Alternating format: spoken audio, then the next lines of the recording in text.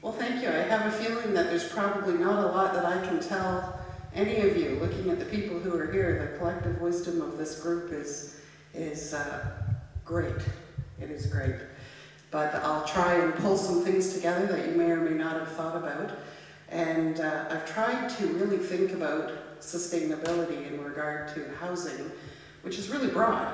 That's much more than just the bricks and mortars of the buildings that we live in. So I was thinking about the term, "There's no place like home," the name of this series, and it's an interesting choice of words. What does it really mean? I have been, as John said, a realtor for the past 21 years, so I have some sense of what the answer to that might be. I find myself working with people all the time who want that perfect place that they call home, and they might start out by saying, "Marg, we want 3 bedrooms, we want a garage, and a fenced yard." And I can show them 10 houses that fit that exact description, and none of them are suitable. Why would that be? It's because none of them feel like home. And then you have that magic moment when they walk into the 2-bedroom house with no garage and a hedged yard. And all of a sudden you see their eyes widen and they go quiet, they touch each other's elbows and they get really excited, and then you hear those magic words, "Oh, this is it, it feels like home." And that really is the exact scenario we see time and time again, because it's not about a house, it's about having a sense of place, and a place that we can call home. I think communities are much the same thing. I don't know about you, but when I go on holidays and I come home and I'm driving up 124 and round that bend at Devil's Glen and get the first view of the terminals in the distance, I feel like I'm slipping into my old slippers. You know, I know I'm home. And again, that's that sense of place. I've also been really fortunate in my life to travel a great part of the world. And one of my favorite places, I call it my cottage, is Cuba. And I hang out there a fair bit. And in Cuba, I stay in a little village where multiple generations of families live in very, very tiny homes. They have worn, old out furniture, they have outdoor kitchens, and one of the smallest carbon footprints, interestingly, in the world. And before the Castro Revolution, which is now 51 years ago, many of these people and families lived in elaborate big homes on tree-lined promenades. They had great wealth. And in the last 50 years, they've had to learn to live with less and less and less. And in the same 50 years, we've been learning to live with more and more and more. The post-war years, the Industrial Revolution, it led to such prosperity in our country, and we started to build and spread out. We started tearing down old buildings, dragging them off to landfill sites. We've been depleting our resources as we build bigger, and we build higher, and we demand more and more and more. We're still such a young country in Canada. We really haven't learned the consequences of our actions. If you look to countries like in Europe and the UK and even Russia now, you see that densities are so much higher and the streets are narrower and the history is cherished and preserved. And really, these countries, many of them have defined a sense of place that we don't really understand yet. Most of the towns and cities in Canada are under 150 years old, and let alone figuring out how to plan for tomorrow, we haven't really figured out how we got where we are and planning for today. So over time, we've built this great big dependency on automobiles. We've been eating up our farmland. We've created an environmental situation that's very frightening. And the cost of operating our society in itself is becoming unsustainable. And through this, I think we're losing a sense of cohesion and a sense of place. The old ways just aren't working for us anymore. And really, it's time for new urban planning concepts by the square foot and also by the square acre. In 2005, the Ontario government passed the Places to Grow legislation, and basically that's the government's plan for growth and development as we go forward. They state in their goals that they want plans that support economic prosperity, protect the environment, and help communities to achieve a high quality of life. Who can argue with that? They broke the province into regions, and the first plan that was being worked on is the Greater Golden Horseshoe, of which Simcoe County is part of. Did you know that this region is home to a quarter of Canada's population, and stunningly is the second fastest growing region in North America, next to Chicago? The plan, of course, is mired in controversy and limits, population limits, that type of thing. But the point is that it has spurred governments, perhaps for the first time, to start really planning and looking ahead at where we're going. And at the core is sustainability, which is certainly much more than being green, but developing a world that balances our economic and our social and our physical environments, not just for those of us who are here today, but for generations to come. If you look at Collingwood, you know, we were incorporated 9 years before Confederation, and we've gone through so many transitions. A logging town, a shipping town, a shipbuilding town. We eventually became an industrial hub. Now we'd probably be described as a four-season resort community.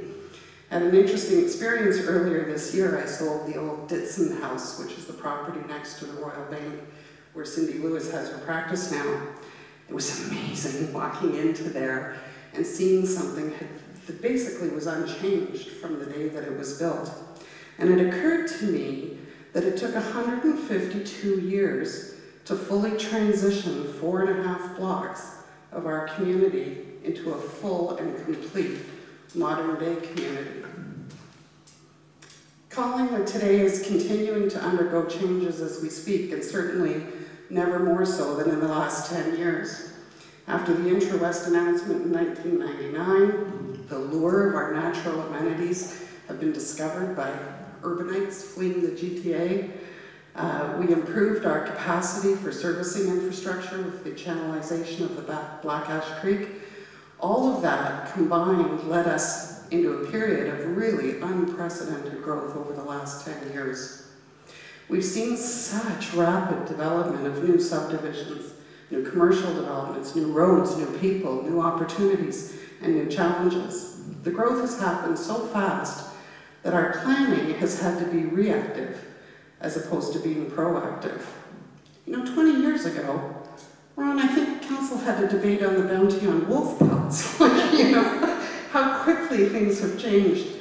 And thankfully, things on the planning front are now changing and catching up, but more on that in a moment. 10 years ago, I was involved in a project, as John mentioned, called Vision 2020. I can't believe that's 10 years ago. And it culminated in a report to the community that encompassed 2 years of intense and in-depth community consultation and research. We reviewed every relevant dusty report that was sitting on the shelves from the previous 20 years. We visited other similar communities, such as Saint-Jovite, outside of Mont-Tremblant, and we consulted with many others. We held community focus groups and discussions like this with over 700 people. And we sent out surveys that resulted in 18,000 ideas being submitted to us. It was quite something, but what happened is that the citizenry defined what they want Collingwood to be in 2020. And remarkably, that's just 10 years away. What they did is they defined a sense of place. They defined home. While the community at large embraced the 240 recommendations in the report, it was not matched by political will. We felt some urgency to get that going, but the reality is that lofty goals take time and courage and money and determination. So in preparation for today's presentation, I pulled out a copy of the report and had a good read through. I like to do that from time to time. And it was heartening actually to see that perhaps 50% or even more of the ideas have actually been put into place in the last 10 years. Things like bike racks on buses. That was an idea out of the report. A ban on pesticides, the passing of a heritage district downtown. The new shipyard development, the developers used the report as a guiding beacon in their development, and things like a waterfront trail and an outdoor amphitheater were incorporated. More recently, we've seen our hydro lines buried on First Street, and we've seen integrating traffic calming measures into our community, tree traffic islands, a new expanded library. These are all things that have come true. But given that today's discussion is about real estate realities, I'd like to focus on some of the housing issues and the changes that we've seen in the 10 years since that report was complete. You know, it's interesting, when I read through the report again and I looked at the vision where we took everybody's ideas and then we wrote what the community's vision was. And this was long before we had the explosion in the development in our community, and before Admiral was even thought of as a development, and before we had a number of the things that are happening in the community today. And when I look back at that, for example, it says, and remember this was written in 2000 as though it's 2020, it says, with a population approaching 35,000, Collingwood is thriving at a level of diversity we're unfamiliar with. Ironically, that's a number that's very close to what's been set in the Places to Grow legislation for 2020. Sure, we've got growing pains, all successful communities do, but we're in better shape than most because we saw the boom coming, and so we planned. With an expanded workforce, a larger base of retirees, they weren't here yet then, and expatriates coming from the cities to what is now North America's second largest population belt. It wasn't then. We have a community of 20-somethings to 80-somethings. Collingwood is home to a vast range of different age groups and income levels, but through planning, the town's housing needs have been accommodated. That's where we were wrong. I look back at the issues that were identified and written into the report 10 years ago, and I'd like to read a couple of them to you. The existing housing situation is rapidly in danger of spiraling out of control. The severity of the situation is not yet appreciated by the town as a whole. Consider the following. Current housing stock, rentals and sales, is insufficient to meet current demands for accommodation because people are forced to live in unaffordable situations if they can find a place to live. The majority of these issues are not well understood by the populace at large. While the need for affordability is well recognized, the actual severity of the situation is only now just becoming apparent. It needs to be better publicized and explained. Current housing issues are bad enough for the community as a whole, but they create special problems for those who are already disadvantaged, single parents, those who do not have a middle-class income, seniors, and disabled persons. Alternative housing possibilities are underutilized. There's a definite need for intensification, and a number of alternatives are available. It's funny, reading that, it sounds so familiar. It could have been written yesterday instead of 10 years ago. Since that time, Collingwood has moved from an operating budget as a municipality from $30 million to $50 million. The province has downloaded new costs to municipalities. We have new higher level taxes that have been introduced, and the resulting taxation costs for shelter has become unsustainable. Since that time as well, a new Tenant Protection Act came into effect. Rent increases guidelines fell below inflation, and a climate of disincentive grew to create new rental stock. In fact, until the last couple of years, Collingwood had no new rental stock built since 1967. In 1999, this is really interesting, the average household income in Collingwood, so this is 11 years ago, was $47,930. In 2005, the latest census data available, it was $48,839. Assuming the same pace of growth in income, a household in Collingwood today would have an average gross household income of about $49,500.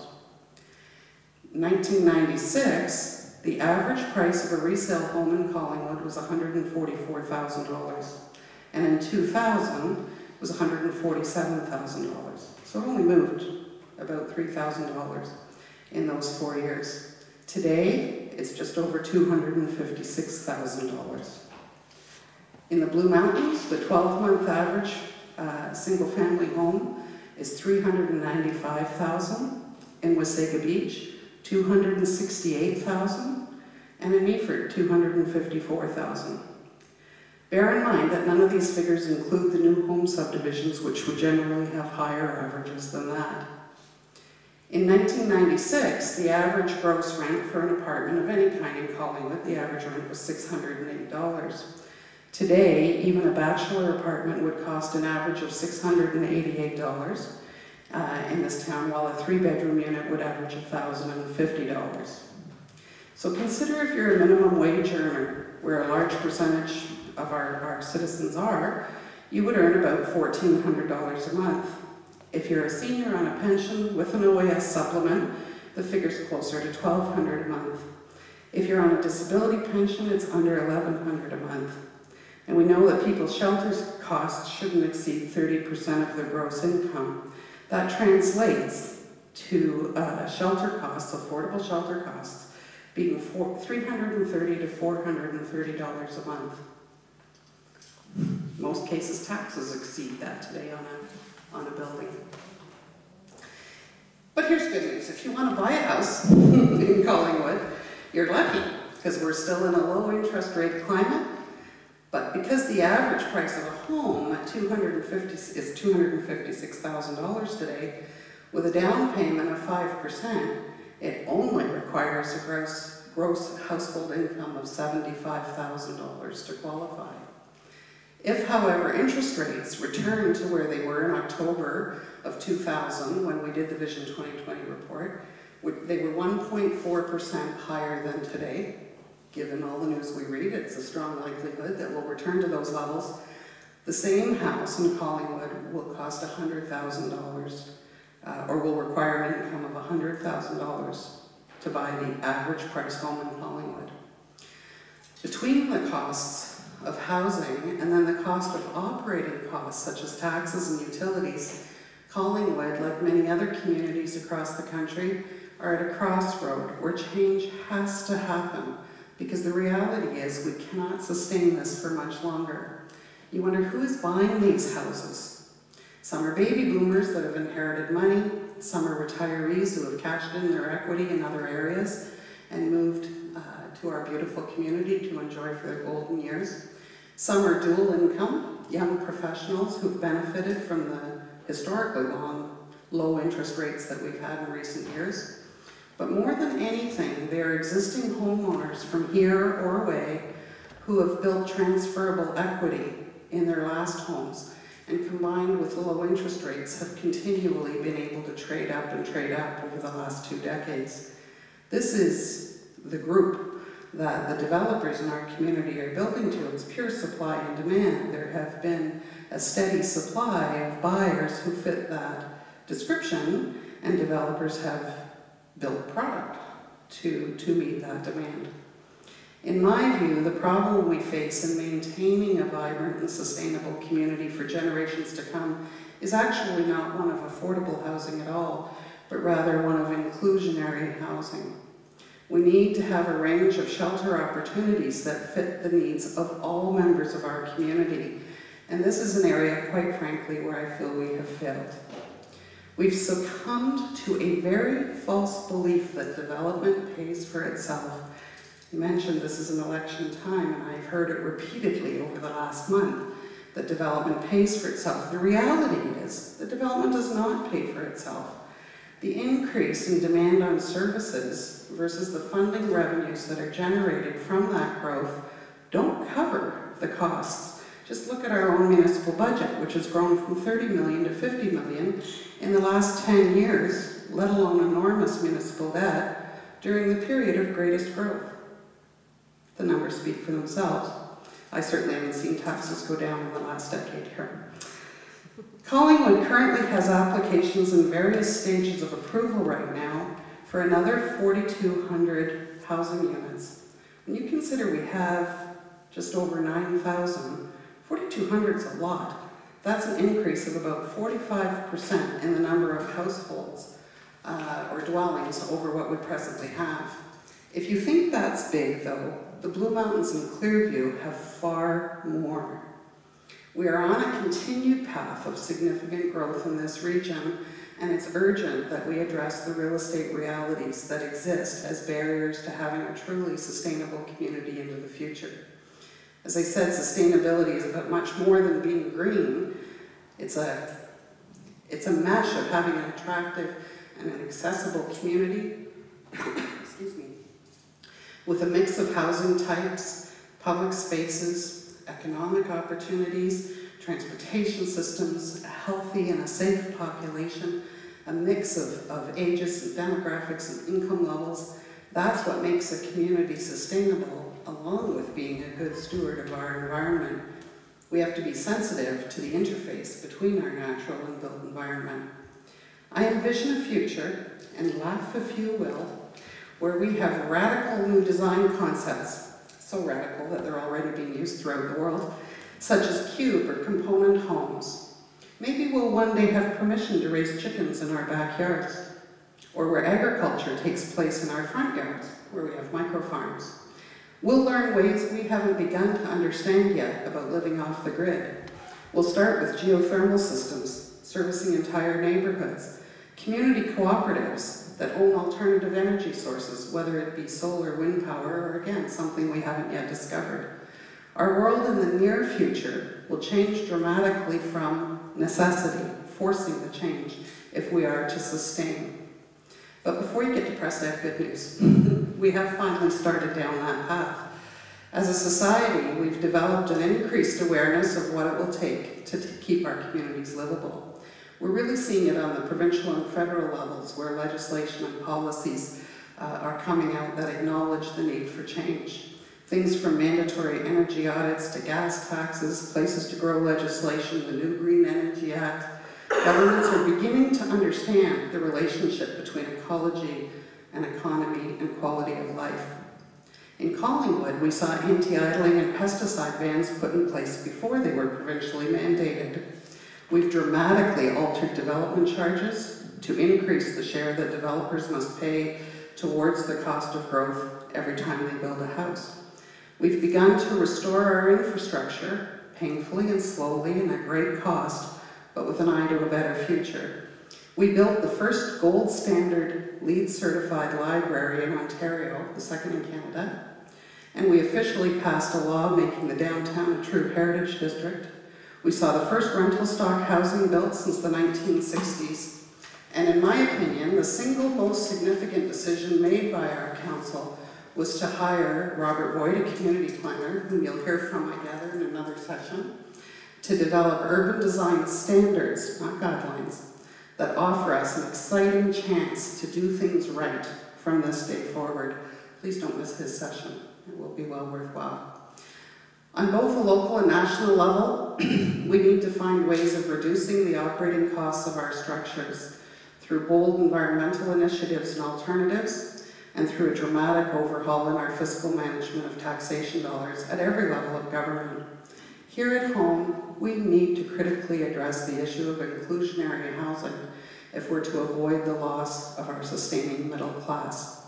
And the good news is that there are solutions. Collingwood isn't the first nor the last town to struggle with these issues.